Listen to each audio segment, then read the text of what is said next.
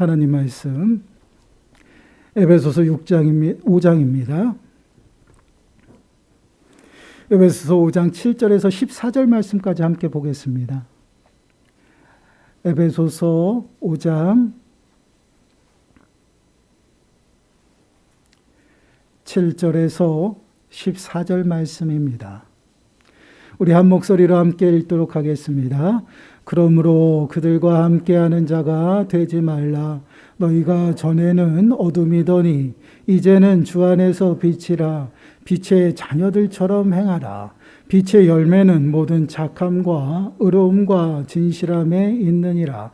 주를 기쁘시게 할 것이 무엇인가 시험하여 보라.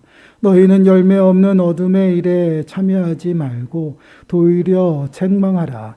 그들이 은밀히 행하는 것들은 말하기도 부끄러운 것들이라. 그러나 책망을 받는 모든 것은 빛으로 말미암아 드러나나니 드러나는 것마다 빛이니라. 그러므로 이르시기를 잠자는 자여 깨어서 죽는 자들 가운데서 일어나라. 그리스도께서 너에게 비추이시라 하셨느니라. 아멘. 오늘 말씀의 제목은 깨어서 일어나라입니다. 올해 우리 삶과 또한 우리 진리의 교회가 다시금 회복되기를 원하면서 표를 일어나라 빛을 발하라라고 정하고요. 우리 끊임없이 함께 회복의 말씀들을 나누고 있습니다. 우리가 회복의 은혜를 누리기 위해서는 반드시 일어나야 한다라는 것이죠. 예전의 삶의 모습에서 일어나서요. 하나님께로 더욱더 가까이 나가야 한다라는 것입니다. 이러한 삶을 통해서 회복의 은혜가 우리들의 삶 가운데 임하게 됩니다. 오늘은 우리가 다시금 말씀을 통해서 우리의 삶을 점검하시고요. 또한 진단하는 시간을 가지려고 합니다. 말씀을 통해서 우리의 삶을 바로 진단하는 시간들이 되시고요. 또한 우리의 신분이 무엇인지를 깨닫는 시간들이 되시길 바랍니다. 더 나아가서는 그 신분에 합당하게 살아가는 그 삶의 모습이 과연 어떠한 삶의 모습인가 깨닫는 시간들이 되시고요. 정말 그러한 삶을 통해서 우리들의 삶이 다시금 회복되어지고 또한 그 삶을 통해서 하나님께서 우리들에게 베푸신 그 은혜를 누리는 저와 여러분들이 되어지시기를 간절히 축원합니다. 먼저 본문 8절 말씀을 보시면요. 이렇게 말씀을 하고 있어요. 너희가 전에는 어둠이더니 이제는 주 안에서 빛이라. 빛의 자녀들처럼 행하라. 우리가 전에는 어둠이었다라고 말씀을 하고 있죠. 예수 그리스도를 믿음으로 고백하고 곧 예수 그리스도를 믿기 전에는요. 우리가 어떠하다라고 이야기를 하고 있어요. 바로 어둠이었다라는 말씀이에요.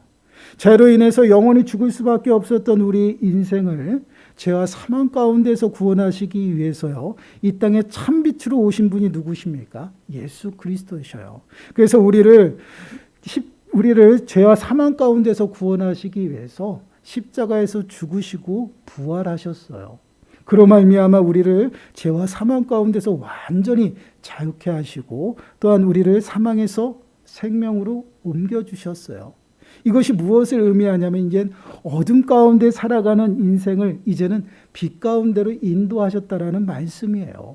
그래서 요한복음 12장 46절 말씀을 보시면요. 이렇게 말씀을 하고 있어요. 나는 빛으로 세상에 왔나니 물은 나를 믿는 자로 어둠에 거하지 않게 하려 함이로다. 나는 빛으로 세상에 왔다. 물은 나를 믿는 자는 더 이상 어둠 가운데 거하지 않게 하시겠다라고 말씀을 하고 있어요. 그 예수 그리스도께서 이 땅에 빛으로 오셔서 우리의 심령 가운데 임하셨습니다.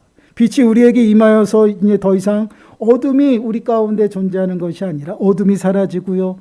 이제는 빛의 자녀가 되었다라는 말씀이에요. 그래서 우리에게 빛의 자녀들처럼 살아가야 한다라고 우리들에게 말씀을 하고 있습니다. 그렇습니다. 우리가 누구인가? 곧 우리의 신분이 무엇인지를 우리는 늘 정확하게 알아야 합니다. 우리가 누구인지를 정확하게 알아야지만 그에 합당하게 살아간다라는 것이에요. 우리는 영원히 죽을 수밖에 없었던 그러한 인생들이었습니다. 하나님의 진노 가운데 죄의 비참함 가운데 살아가는 그러한 인생들이었어요. 그러나 예수 그리스도께서 이 땅에 오셔서 우리를 죄와 사망 가운데서 또한 하나님의 진노 가운데서 구원하셨어요. 더 이상 어둠 가운데 살아가는 그런 인생이 아니다라는 것을 우리들에게 말씀을 하고 있습니다. 죄와 사망에서 구원받은 하나님의 백성이고요, 하나님의 자녀라는 것이에요. 이제 우리는요, 그에 합당하게 이 땅을 살아가야 한다라는 것을 우리들에게 말씀을 하고 있어요. 이것이 구원받은 백성들의 삶의 모습이에요. 그래서 우리는요, 빛의 자녀들처럼 살아가야 한다라고 우리들에게 말씀을 하고 있습니다. 그래서 본문 7절 말씀을 보시기 바라요. 이렇게 말씀을 하고 있죠. 그러므로 그들과 함께하는 자가 되지 말라.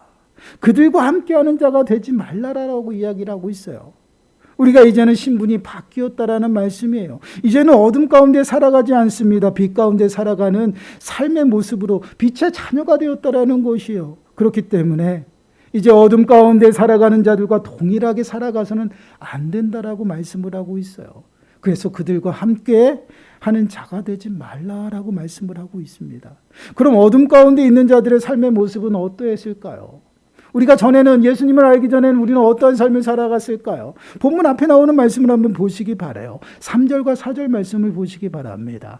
음행과 온갖 더러운 것과 탐욕은 너희 중에서 그 이름조차도 부르지 말라. 이는 성도에게 마땅한 바니라. 누추함과 어리석은 말이나 희롱의 말이 마땅치 아니하니 오히려 감사하는 말을 하라. 음행과 온갖 더러운 것과 탐욕은 그 이름조차도 부르지 말라라고 말씀을 하고 있어요. 어둠 가운데 살아가는 인생들이요, 음행으로, 음란함으로, 그리고 탐욕으로 살아가는 인생이었다라는 말씀이죠. 이는 무엇을 의미하나요? 이는 육신의 쾌락만 추구하며 살아가는 인생이었다라는 것이에요. 우리가 어둠 가운데 있을 때는요, 이것이 죄인지 몰랐습니다. 다 그렇게 살아가니까 그렇게 살아도 되는 줄 알고 살았어요. 그런데 이러한 모습은요, 육신에 속한 삶의 모습이죠. 그렇기 때문에 이제는 그러한 삶의 모습으로 살아가서는 안 된다라는 것이에요. 이유가 무엇입니까? 바로 우리가 성도이기 때문에 그렇다라는 것이에요. 우리는 이제 더 이상 어둠 가운데 살아가는 그 어둠이 아니라 빛의 자녀가 되었고요, 성도라는 것이에요. 그래서 그 이름조차도 부르지 말라라는데 그 이유가 무엇이냐면 성도이기 때문이다라고 말씀을 하고 있어요. 성도는 누구를 의미할까요? 하나님께서 거룩하게 부르신 거룩한 백성들이에요. 성도를 풀이하면요, 거룩한 무리가 바로 성도라는 것이에요. 우리를 뭐라고 부르냐? 성도님, 성도님이라고 부르잖아요. 원래는 그 의미가 그렇게 쓰이는 것이 아니에요.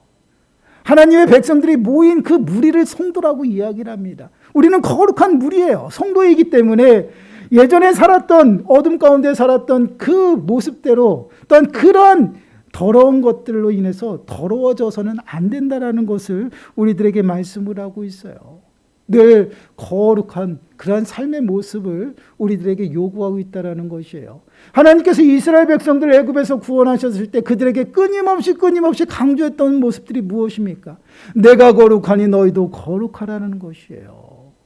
하나님이 거룩한 백성으로 불렀으니 너희들은 그에 합당한 삶의 모습으로 살아가라고 말씀을 하고 있어요.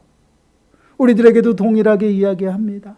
예수 그리스도로 말미암아 우리를 거룩하고 흠없고 책망할 것이 없는 모습으로 하나님 앞에 세우시고요, 우리들에게 모든 행실에 있어서 거룩한 삶을 살아가라고 말씀을 하고 있어요. 왜 그럴까요? 성도기 때문에.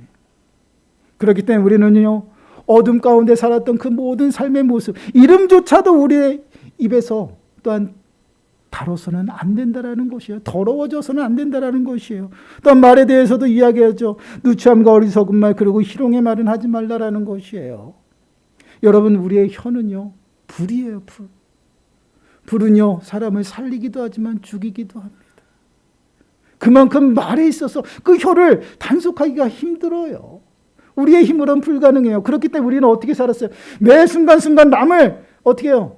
비방하고 또한 조롱하고 그렇게 해야지만 우리는 내가 높아진다라고 생각하고 그렇게 살았던 인생들이었다라는 것이, 왜요? 어둠 가운데 있었기 때문에. 그러나 이제는 빛이 임해서 그 어둠이 사라졌습니다. 빛의 자녀예요.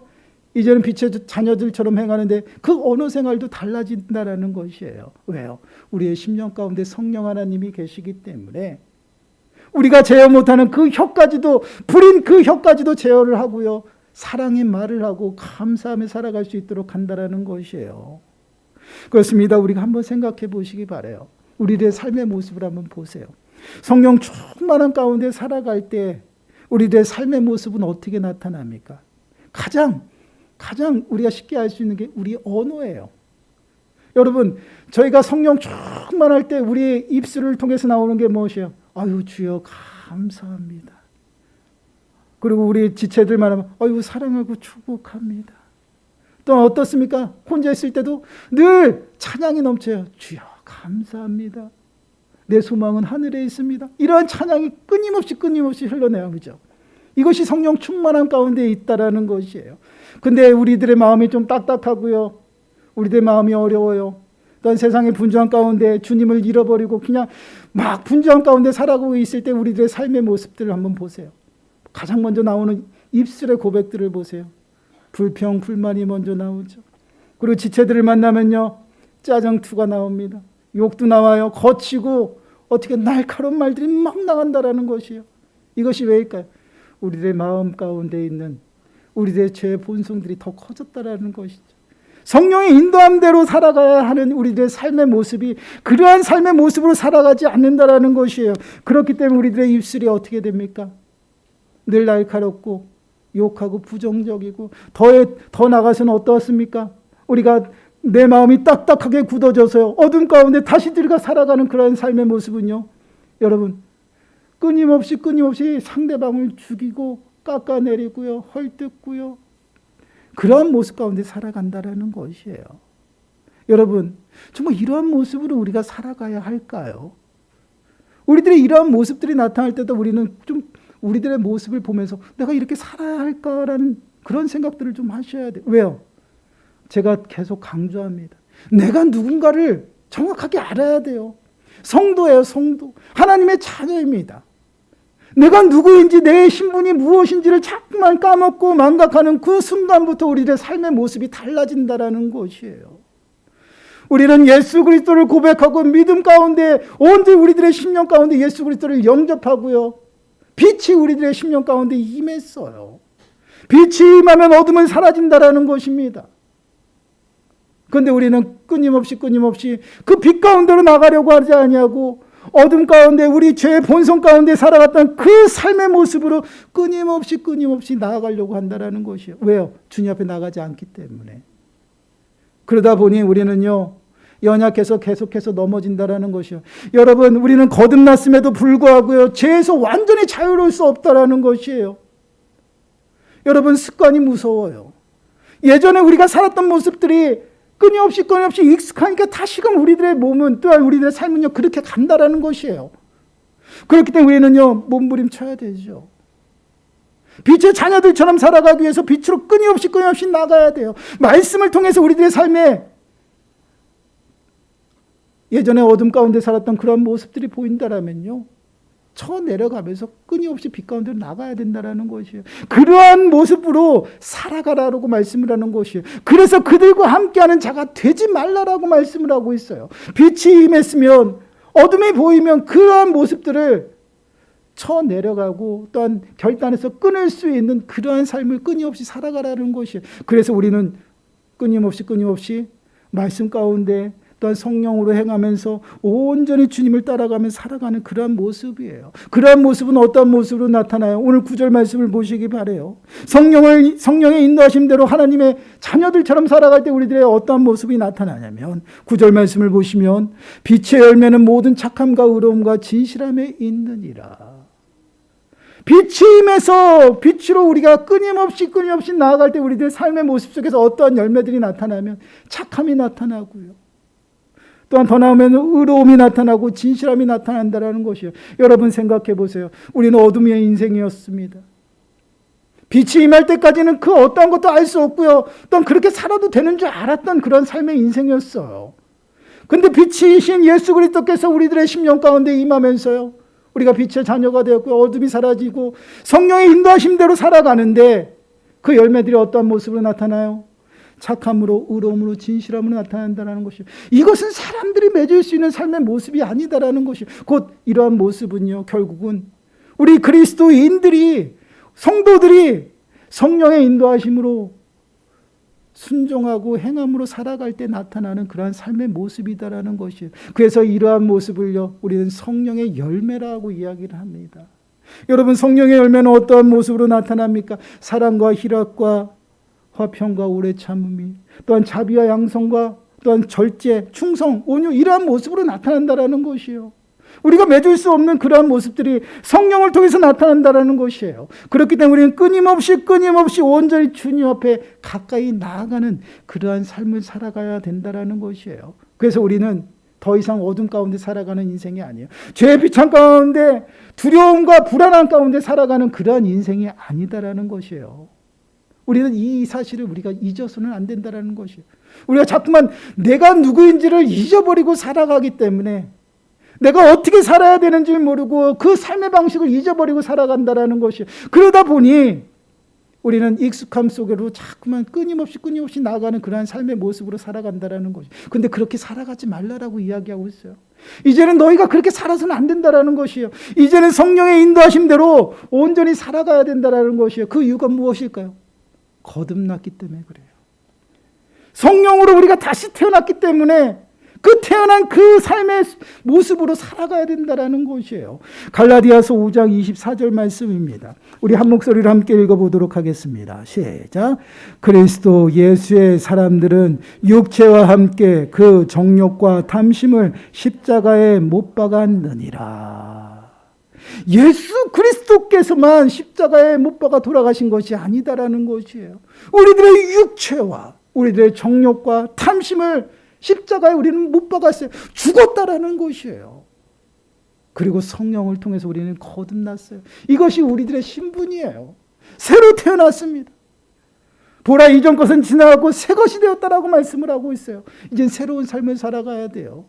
언제까지 그 어둠 속에서 내가 무엇을 하는지, 내가 누구인지도 모르고 살아가서는 되겠습니까? 빛의 자녀들처럼 나오라는 것이에요. 나와서 온전히 살아가라고 말씀을 하고 있어요. 갈라디아서 5장 25절 말씀을 보니까요, 만일 우리가 성령으로 살면 또한 성령으로 행할지니. 성령의 임하심을 받은 자들은요, 반드시 성령의 인도하심대로 성령을 말씀대로 순종하며 살아가야 된다는 것이에요. 이것이 그리스도인이에요. 우리 안에 성령 하나님이 계시지 아니하면 그는 그리스도인이 아니다라고 이야기를 하고 있어요. 우리가 그리스도인이고 성도인 것은요, 그리스도의 영, 성령이 우리들에게 임했기 때문에 그래요. 우리 안에 성령 하나님께서 우리들에게, 우리의 심령 가운데 임하고요, 우리들의 모든 삶을 주관하고 계시다라는 것이, 그 주관하시는 성령 하나님께 온전히 순종하고 나아갈 때 우리들의 삶의 모습이 달라진다라는 것이에요. 착함으로 나타나고요, 의로움으로 나타나고요, 더 나아가선 진실함으로 나타난다라는 것이에요. 여러분, 우리들의 삶의 모습을 한번 보세요. 우리가 성령 충만함으로 살아갔을 때의 삶의 모습과 정말 하나님의 그 말씀을 우리가 잊어버리고 내가 누구인지도 모르게 바쁘게 살아가는 그 인생 속에서 내 삶의 모습을 한번 비교해 보세요. 어떻습니까? 우리는 연약해요. 우리 잊어버려서는 안 됩니다. 우리가 거듭났다고 해서 예수님처럼 된 것이 아니에요. 우리는 예수님을 닮아가면서 주님이 오시는 그때까지 끊임없이 믿음의 경주를 하면서 달려가는 것이에요. 무엇을 위해서? 거룩해져 가기 위해서. 그 순간순간 죄의 유혹 가운데 넘어지고 자빠지고 또 다시 일어나서 달리는 그러한 연약한 존재들이에요. 근데 어떻게 하루아침에 우리가 전능한 사람이 되었다라고 생각하며 살아갑니까? 무엇인지 다 할 수 있다라고 생각하며 살아가면 되겠어요? 그러니까 넘어진다라는 것이에요. 우리는 내가 누구인지, 내가 어떠한 삶의 모습으로 살아가는지 정확하게 알아야 된다라는 것이에요. 우리는요, 예수 그리스도로 말미암아 거룩한 하나님의 백성이 되었어요. 하나님의 자녀가 되었어요. 우리가 마음에 새겨야 됩니다. 내가 정말 온전히 하나님의 자녀답게 살아갈 때에 내 삶의 능력이 나타나고요, 성령을 통해 살아갈 때에 온전히 승리의 삶을 살아갈 수 있다라는 것이에요. 내 힘으로 살아갈 수가 없어요, 여러분. 근데 우리는 자꾸만 이 사실을 잊어버리고 망각하고 살아가요. 그러다 보니 교만 가운데 빠져서 넘어진다라는 것이에요. 우리는 착각해서는 안 됩니다. 우리가 주님이 오시는 그때까지 끊임없이 내 연약함을 주님 앞에 고백하고요. 주님의 도우심을 구하면서 그 주님의 도우심을 통해서 강함되는 그런 삶을 살아가야 되죠. 그러한 삶을 살아가기 위해서는요, 일어나야 돼요. 오늘 본문 14절 말씀 보세요. 오늘 본문 14절 말씀 우리 함께 읽어보겠습니다. 시작. 그러므로 이르시기를 잠자는 자여 깨어서 죽은 자들 가운데서 일어나라. 그리스도께서 너에게 비추이시라 하셨느니라. 그러므로 이르시기를 잠자는 자 가운데서 깨어서 죽은 자 가운데서 일어나라. 깨어서 일어나라라고 말씀을 하고 있어요. 어디 있어요? 잠자는 자들 가운데서 일어나라는 거예요. 내가 잠자고 있다라는 것이에요. 예수 그리스도로 말미암아 거룩하게 부름을 받았음에도 불구하고 우리는 잠자고 있다라는 것이 어디에 있다는 어둠 가운데 있다라는 것이에요. 아직까지도 음행 가운데 빠져서 살아가고, 아직까지도 음란한 가운데 빠져가고요. 탐욕과 욕심 가운데 살아가고 있다라는 것이에요. 그러한 모습 가운데 살아가고 있다라면요, 아직까지 내가 잠자고 있다라는 것이에요. 그 잠에서 깨어나라라고 말씀을 하고 있어요. 그리고 세상 사람들 열매 없는 그런 자들은요, 죽은 자들이라는 것이에요. 생명이 없어요. 육신 가운데 살아가는 그런 삶의 모습은요, 지금은 호화롭고요, 아름다워 보여요. 그러나 그 안에는 생명이 없다라는 것이에요. 죽은 자라는 것이에요. 그 죽은 자들 가운데서 일어나라라고 말씀하고 있어요. 나오라는 것이에요. 그것이 바로 우리들의 삶의 모습이 되어야 된다라는 것이에요. 여러분, 우리들은 항상 회복의 은혜를 구하죠. 회복의 은혜가 우리들에게 임하기 위해서는요, 여러분, 우리가 깨어나야 됩니다. 내 모습이 무엇인지, 어디에 지금 어떻게 지금 살아가고 있는지 그 모습을 보고요, 깨어나야 돼요. 깨어나서 주님 앞에 나와서 일어나야 된다라는 것이에요. 주님 앞에 나와야 된다라는 것이에요. 그들과 함께하고 그들의 그 삶 가운데 그렇게 살아가서는 안 된다라는 것이에요. 왜요? 우리는 성도예요. 믿지 않는 사람들이 아니라는 것이에요. 성도라는 것이에요. 하나님의 자녀라는 것이에요. 그에 합당하게 세상 앞에서 당당하게 살아가라는 것이에요. 이것이 빛의 자녀들처럼 살아가는 삶의 모습입니다. 여러분, 회복은 내 스스로가 회복될 수 있는 것이 아닙니다. 주님의 영이 우리들에게 임하고요, 그 영의 인도하심대로 우리가 살아갈 때에 비로소 우리들의 삶이 회복되어지는 것이요. 그러기 위해서는 우리가 끊임없이 하나님 앞으로 가까이 나가야 된다는 것이에요. 그럼 여러분 한번 생각해 보시고 또 여러분들에게 한번 질문해 보시기 바라요. 제가 여러분들의 기도 제목을 받아서 기도를 하는 가운데 공통적인 것이 있어요. 회복이에요. 회복되기를 원한다라고 기도 제목들을 내놓으셨어요. 그럼 여러분 한번 여러분들에게 질문해 보시기 바라요. 내가 왜 회복되어져야 되는가? 여러분, 왜 회복의 은혜를 구하고 계십니까? 여러분, 교회가 성장하기 위해서 회복되어야 될까요? 아니면 여러분, 내가 잘 먹고 잘 살기 위해서 복받기 위해서 회복되어야 될까요? 근본적인 회복의 이유가 무엇입니까? 한번 스스로에게 한번 질문해 보시기 바라요. 우리는 끊임없이 회복되어져야 된다라고 이야기를 하고 있어요. 그럼 왜 회복되어져야 될까요? 전 이것에 고민을 좀 해봤어요. 우리가 왜 회복이 되어지고 정말 주님 앞에 더욱더 가까이 나가야 하는가? 이 땅을 살아가는 삶의 목적이 무엇인가? 분명히 하나님께서는 하나님의 영광을 위해 살아가라고 말씀을 하고 있는데 우리의 삶의 모습은 어디에 맞춰지고 있는가? 이런 고민들이 생기기 시작하더라고요. 근데 여러분, 우리가 이 땅을 살아가면서 소망을 가지고 살아가는 것이 무엇이에요? 하늘의 소망이에요. 이 땅을 살아가는 그 모든 인생은요, 여러분, 잠시 있다 사라지는 안개와 같다라고 말씀을 하고 있어요.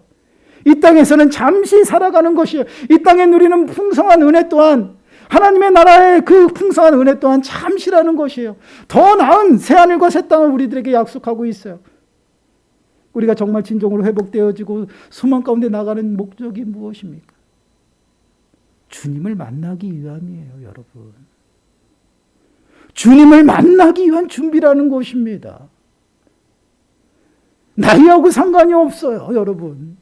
우리가 정말 주님 앞에 나와서 주님이 잘했도다 칭찬하는 그 한마디를 듣기 위해서 우리가 열심히 달려가는 것이에요. 주님 앞에 나아가서 주님의 그 신혼, 그 잔치에 참여하기 위한 우리들의 삶의 모습이에요. 그것이 우리들의 소망이에요. 여러분, 그러기 위해서는요, 우리가 회복되어져야 돼요. 왜 회복되어져야 돼요?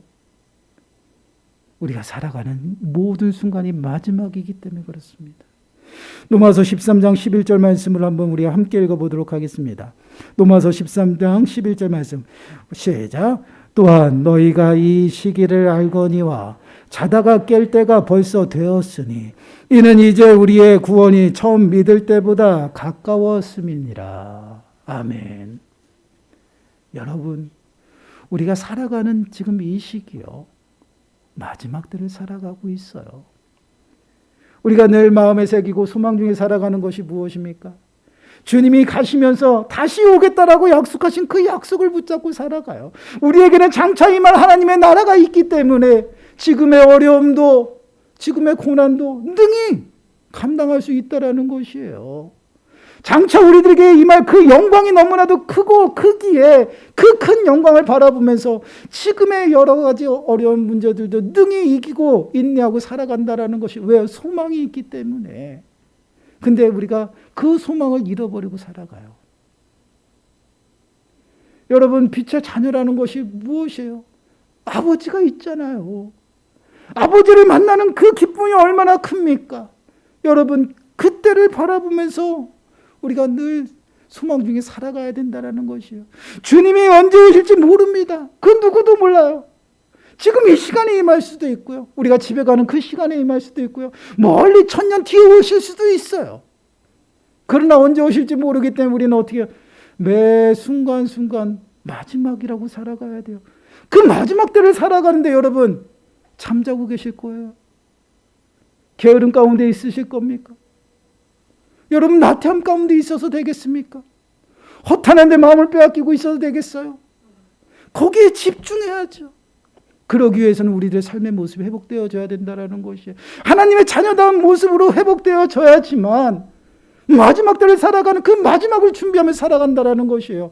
우리는 매 순간순간이 마지막이에요. 주님이 부르시면요, 아멘하고 가야 돼요. 그 누구도 안 됩니다라고 할 수가 없어요. 그러한 삶을 살아가는데 여러분, 우리의 삶의 모습은요, 너무나도 허탄한 곳에 마음을 빼앗기고 살아간다는 것이에요. 진정한 회복은요, 우리가 정말 주님 앞에 온전히 서서 내가 하나님의 자녀라는 그 신분이 회복되어지고 더 나아가서는 우리들의 소망이 어디 있는지 그것이 회복되어져야 돼요. 마지막 때를 살아가는 그 순간순간을 우리가 온전히 주님 앞에 고정이 되어져야 된다는 것이에요. 여러분, 한번 생각해 보시기 바라요. 병으로 인해서 시한부 선고를 받았습니다. 여러분, 시한부 선고를 받으면요, 캄캄하죠. 받아들이기가 너무 힘들어요. 그런데 여러분, 그 모든 것들을 받아들이는 순간 그 사람은 어떠한 삶을 살아갈까요? 이젠 삶을 어떻게 해요? 정리하게 되죠.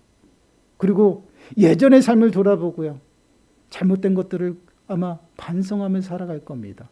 그리고 더 나아가서는요, 남은 그 시간을 어떻게 살아갈까요? 잠만 자고 있을까요? 아니에요. 예전의 삶의 모습과는 다르게 살아갈 것이에요. 왜요? 시간이 없기 때문에. 바로 이것이 바로 시한 선고를 받은 삶의 모습입니다. 그런데 저는요, 믿음 생활이 이것과 동일하다고 생각을 해요. 우리에게 남은 시간이 얼마 남았는지 우리는 알 수가 없어요. 그러나 주님께서 분명히 다시 오시겠다라고 우리들에게 약속하셨죠. 그러면 우리는 매 순간순간 주님이 오시는 그때를 바라보고 살아가야 돼요. 언제인지 몰라요. 그러면 매 순간순간이 마지막이라고 생각하고 살아가야죠. 그런데 어떻게 나태함 가운데 있습니까? 어떻게 세상 가운데 분주하고 또한 게으름 가운데 빠져서 살아갈 수가 있겠어요? 또 어떻게 주님을 찾지 않냐고 어떻게 내 마음대로 내 중심대로 내가 주인이 돼서 살아갈 수가 있냐라는 것이요. 내 신분을 망각하고 살아갈 수 있냐는 것이 아니다라는 것입니다. 오늘이 마지막이라고 생각하면요, 우리들의 신앙의 모습, 삶의 모습은 어떻게 달라질까요? 주님 앞에 온전히 서게 될 것이에요. 왜요? 내가 할 수 있는 것이 아무것도 없어요. 오직 예수 그리스도만이 우리들의 생명이 되기 때문에 그 생명이신 예수 그리스도만을 붙잡고 살아갈 수밖에 없다라는 것이에요. 우리가 좀 이러한 것에 좀 좀 민감해졌으면 좋겠어요. 너무나도 둔해져서 살아가요. 마지막인데 주님이 오신다라고 말씀을 하셨는데 내가 누구인지도 모르고 살아가고 있어요. 망각하고 살아갔다는 것이에요. 사랑하는 여러분, 내가 누구인지를 바로 깨달아야 됩니다. 나는 하나님의 자녀예요. 빛의 자녀예요. 더 이상 어둠 가운데 있어서는 안 돼요. 주님이 오시는 또한 신랑 되신 그 예수 그리스도를 맞이할 준비를 하며 살아가야 돼요. 그러기 위해서는요, 빛의 자녀들처럼 살아가야 돼요. 성령의 인도하심대로 살아가야 돼요. 그러한 삶을 살아갈 때 회복의 은혜가 우리들에게 임하게 됩니다. 그리고 더 나아가서는 정말 주님을 바라보고 온전히 살아갈 때 주님의 도우심이 우리들의 삶 가운데 임한다라는 것이에요. 사랑하는 여러분, 여러분들에게 스스로 한번 질문해 보시길 바라요. 너는 어떻게 지금 살아가고 있는지, 또 앞으로 내가 어떻게 살아가야 할 것인지 스스로 질문해 보시기 바랍니다. 그리고 내가 누구인지를 다시금 마음에 새기길 바라셔요. 나는 하나님의 자녀입니다. 빛의 자녀예요. 빛의 자녀들처럼 살아가야 된다는 것을 늘 기억하시고 이제 잠자는 자들 가운데서 깨어나시고요. 죽은 자들 가운데서 일어나서 하나님 앞에 더욱더 가까이 나아가시기 바라요. 그리고 하나님께서 우리들에게 허락하시는 그 하나님의 나라의 풍성한 은혜를 주님이 오시는 그때까지 이 땅 가운데서 풍성히 누리며 살아가는 저와 여러분들이 되어지시기를 간절히 축원합니다. 기도하겠습니다. 하나님, 그렇습니다. 저희들은 연약하여서 세상 가운데 살아가면서 내가 누구인지를 너무나도 잊어버리고 망각하며 살아갈 때가 너무나도 많습니다. 우리를 거룩하고 흠없고 책망할 것이 없는 모습으로 하나님 앞에 세우기 위해서 당신의 목숨까지도 내놓으시고 십자가에 죽으셨는데 아버지 하나님, 저희들은 그 죽음도 잊어버리며 살아갑니다. 하나님 용서하여 주옵소서. 이 시간 다시금 저희들의 심령 가운데 하나님의 자녀이고 빛의 자녀라는 것을 마음에 새기게 하시고 내가 거룩하니 너희도 거룩하라 말씀하신 그 말씀대로 늘 구별되게 살아가며 정말 다시 오실 주님을 준비하며 다시금 주님의 말씀 앞에 굳게 서는 저희 모든 심령들이 되어줄 수 있도록 은혜를 더하여 주옵소서. 이 모든 말씀 예수님의 이름으로 감사하며 기도드리옵나이다. 아멘. 찬송가 380장입니다.